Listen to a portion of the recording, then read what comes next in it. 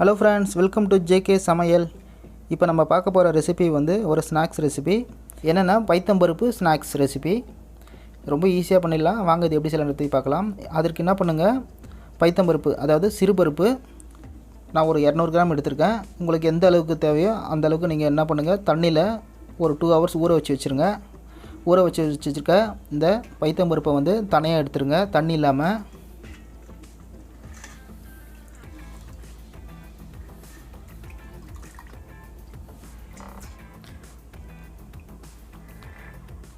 இது என்ன பண்ணுங்கள், ஒரு காட்டன் துணி மேலே சேர்த்துருங்க. அதாவது இந்த ஊற வச்சுருக்க இந்த பைத்தம்பருப்பில் வந்து தண்ணி சுத்தமாக இல்லாத அளவுக்கு நல்லா உலர்த்தி எடுக்கணும். காற்றுல ஈரத்தன்மையே இருக்கக்கூடாது. அதுக்காக தான் வந்து காட்டன் துணியில் சேர்த்துருக்கேன். நல்லா பரப்பி விட்டுருங்க.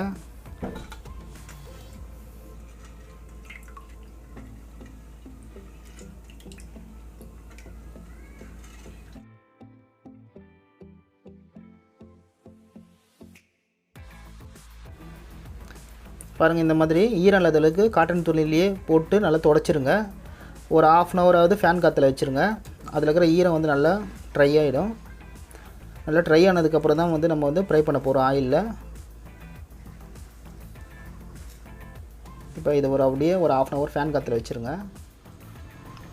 இங்கே பாருங்கள், ஒரு 1/2 ஹவராக ஃபேன் காற்றுல நல்லா காய வச்சாச்சு. கொஞ்சம் கூட ஈரமே இல்லை பாருங்கள், நல்லா காஞ்சிச்சு. இப்போ நம்ம இதை ஃப்ரை பண்ண ஆரம்பிச்சிடலாம். அதற்கு இப்போ பேனில் ஆயில் சேர்த்துருக்கேன். ஆயில் கொதிக்கிட்டோம். இந்த சிறுபருப்பை வந்து டைரெக்டாக நம்ம ஆயிலில் போட்டுறக்கூடாது. ஏன்னா ஃப்ரை பண்ணதுக்கப்புறம் எடுக்கிறது கஷ்டமாக இருக்கும். அதனால் என்ன பண்ணுங்கள், முதல்ல இந்த மாதிரி ஸ்டைனரில் சேர்த்துக்குங்க. இதில் போட்டு தான் நம்ம ஃப்ரை பண்ண போகிறோம். இப்போ ஸ்டைனரில் இருக்கிறத அப்படியே பேனில் வைங்க.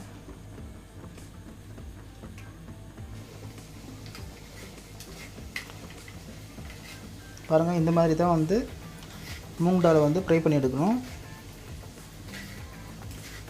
நடுவில் ஒரு டீஸ்பூனில் கலரி விட்டுனே இருங்க.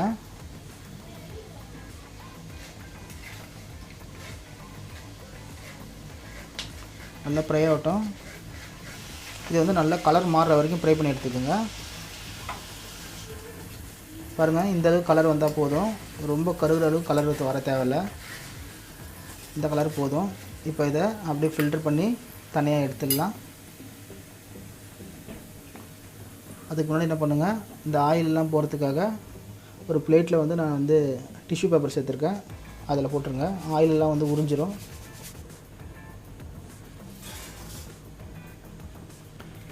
இப்போ இதே மாதிரி மீதம் இருக்கிறதையும் ஃப்ரை பண்ணி எடுத்துக்கலாம்.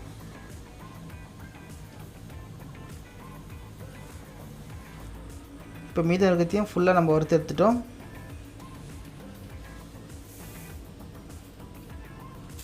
இங்கே பாருங்கள், டிஷ்யூ பேப்பரில் நல்லா தொடச்சிட்டோம். தொடச்சதுக்கப்புறம் பாருங்கள், ஆயில் துளி கூட இல்லை. இப்போ என்ன பண்ணுங்கள், கொஞ்சம் சால்ட்டு சேர்த்துக்கலாம். சால்ட்டு மீடியமாக சேர்த்துக்குங்க. கூடவே வந்து சில்லி பவுட்ரு ஒரு 1/4 டீஸ்பூன் சேர்த்துக்குங்க. சேர்த்து எல்லாத்தையும் நல்லா மிக்ஸ் பண்ணிவிடுங்க.